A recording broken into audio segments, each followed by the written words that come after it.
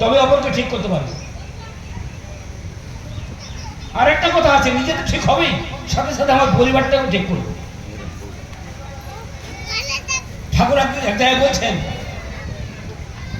যে পরের সেবায় দিন কাটালি ঘরটি ফেলে উপেক্ষায় সেবা প্রণাম রই ন তুই পুলিশ কামের সমীক্ষায়।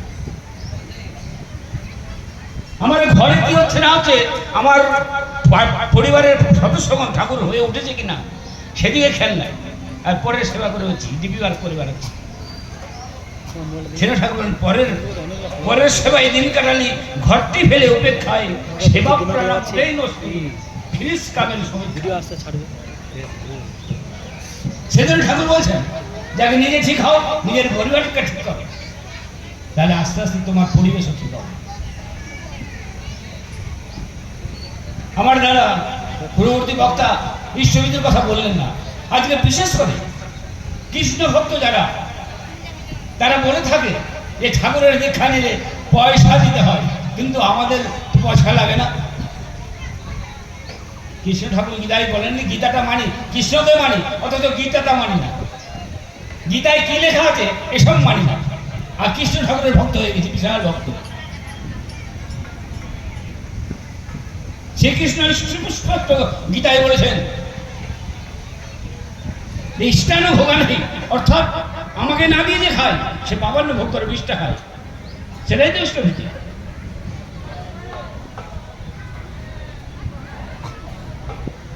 কেন মহাভারতের কথা শোনেননি আপনারা? মহাভারতের কথা সুস্পষ্ট শুনেছেন যে দ্রৌপদীর বস্ত্রহরণ হবে, শ্রীকৃষ্ণ জানত, দ্রৌপদী জানত না,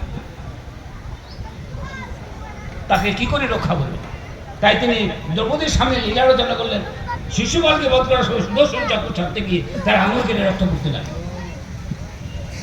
দ্রৌপদী পাশেই দাঁড়িয়েছিল, সঙ্গে সঙ্গে তো মহামূল্য শাড়ি পরিয়ে এক টুকরা শাড়ি ফেলে তার আঙুলটা ব্যান্ডেজ করে দিলেন, ওই এক টুকরা ইষ্টবিদ্যুৎ করে দিয়ে তাকে বাঁচাবার না। আজকে ঠাকুর অনুকূল ইষ্টবিদ্যুৎ চাইছেন কেন?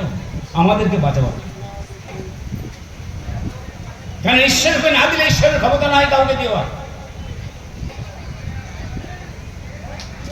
সেটা দ্রৌপদীকেও যখন বস্ত্র না হয়, দুঃশাসনের মতো বীর তাকে বস্ত্রহীন করতে পারেনি, শত শত যোজন কাপড় তাকে যোগান দিয়েছে ওই এক করা কাপড়ের বিনিময়ে। সেজন্য ঠাকুর বলছে আমাকে যে এক দেয় তাকে শতগুণে ফিরাই না পর্যন্ত আমার শান্তি নাই। সুদামার কথা আপনারা সবাই শুনেছেন। সুদামা বিশাল ভক্ত ছিল কৃষ্ণের, সবসময় হরে কৃষ্ণ হরে কৃষ্ণ হরে কৃষ্ণ এই করতেন শুধু।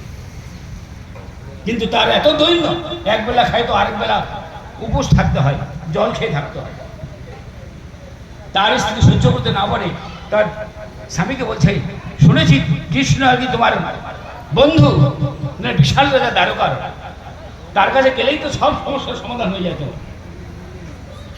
কিন্তু যাবে তো কি নিয়ে, হাতে তো কিছু নাই। কিন্তু তার স্ত্রী কি করলেন, পাড়ায় কিছু খুদ ভিক্ষা করলেন, আর এই খুদ ভিক্ষা করে তাতে সেটা ভেজে দিয়ে একটা পুটলিতে করে বেঁধে দিলেন সুদামার হাতে, যাও তোমার বন্ধুকে এটা দিয়ে। খালি হাতে যে জানে বন্ধুর কাছে,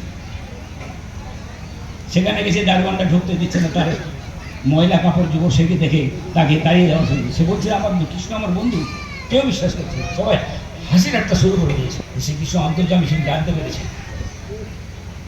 তিনি দৌড়াতে দৌড়ে গিয়ে শিশুকে চাপতে ধরেছেন, সুদামাকে চাপতে ধরেছেন, বন্ধু তুমি এতদিন পরে আসেন।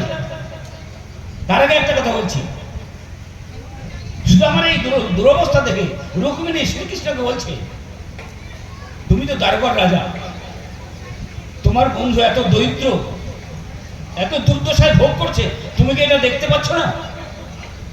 শ্রীকৃষ্ণ বলছে রুক্মিণী আমি সবই দেখতে পাচ্ছি, আমার বুকটা ফেটে চাউচাউ হয়ে যাচ্ছে ওর অবস্থা দেখে, কিন্তু উপায় নাই, যতক্ষণ সে কিছু আমাকে দিচ্ছে না আমার ইচ্ছা করলে আমি তাকে দিতে পারবো না, এটা ঈশ্বরের বিধানের অধীন। সুদামা গেছেন, জানতে ধরেছেন ওই পুটলিটা লুকাচ্ছে সুদামা, তখন বলছে এই ভাই তুমি ওটা লুকাচ্ছ কেন, ওটা আমার জন্য আমাকে দাও। ওটা তার ঘর থেকে কেড়ে নিয়ে খেতে আরম্ভ করেছে। একবার খেয়েছে, বিশাল সাম্রাজ্য তৈরি হয়েছে সুদামা। আর একবার খেয়েছে, ধন দৌলত চাকর বাকর সব কিছু পরিপূর্ণ হয়ে গেছে। 3বার খেতে যাবে রুক্মিণী হাত ধরে দিয়েছে। প্রভু তুমি কি করছো? করে বিশ্ব ব্রহ্মাণ্ড সোদাবার হয়ে যাবে, তোমার কিছু থাকবে না। তাহলে সামান্য খুদের পরিবর্তনে তার বিশাল সাম্রাজ্য তৈরি হয়ে গেল। ওই ইষ্টবিধি রূপে সামান্য খুদটা তিনি গ্রহণ করলেন, ইষ্টবিধি রূপে তাকে উজাড় করে দেওয়ার জন্য, সবকিছু উজাড় করে দেওয়ার জন্য। ওই ঠাকুর অনুকূলচন্দ্র সেই একই কথা বলছে যে আমাকে যে দেয়, আমার ইচ্ছা করে তাকে উজাড় করে সব দিয়ে দিই।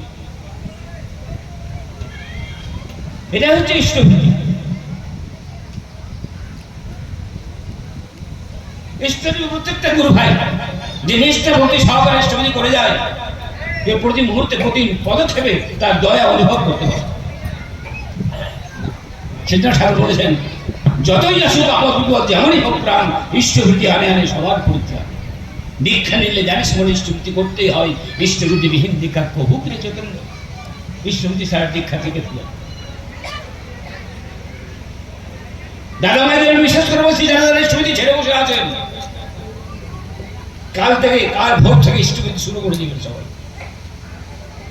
তাহলে না বলতেই জিপিআরের কাজ হয়ে যাবে।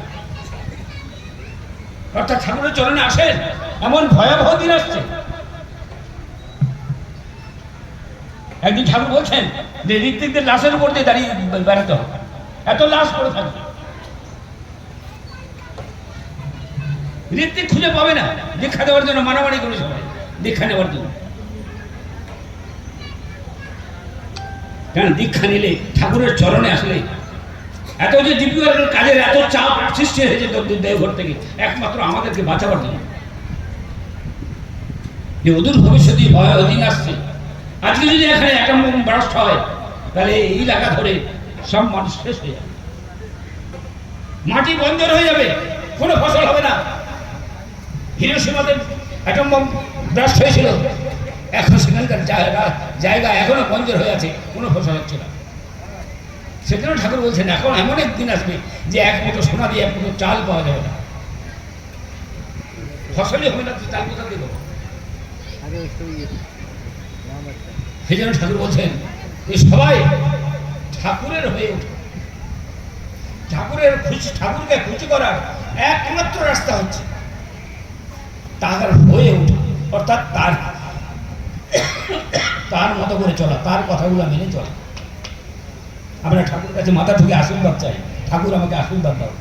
ঠাকুরের আশীর্বাদ কি? আশীর্বাদ মানে অনুশাসনবাদ। অর্থাৎ ঠাকুর যা যা বলছেন সেটা যদি আমি নিষ্ঠা ভক্তি সহকারে পালন করি, তাহলে আশীর্বাদ আপনি আকর্ষণ হবে, আশীর্বাদ চাইতে হবে না। সেই জন্যই সমাজ হয়ে গেছে। আর বেশি আমি সময় বাড়াতে চাচ্ছি না। মুখ্যম কথা হচ্ছে আমরা ঠাকুরের হয়ে উঠবো, আর ঠাকুরের হয়ে উঠতে গেলে যজন যাজন ইষ্টবৃত্তি সস্তের সততার এই 5টা নিয়ম আমাদের পালন করে চলতে হবে, নিষ্ঠা ভক্তি সহকারে। আর এইটা পালন করে সব যদি হয়, কেন পালন করবো না? আমরা তো সবাই ভালো চাই, সবাই ভালো থাকতে চাই, কিন্তু যা করলে ভালো থাকা যায় সেটা করতে চাই না, সেটা করতে রাজি না।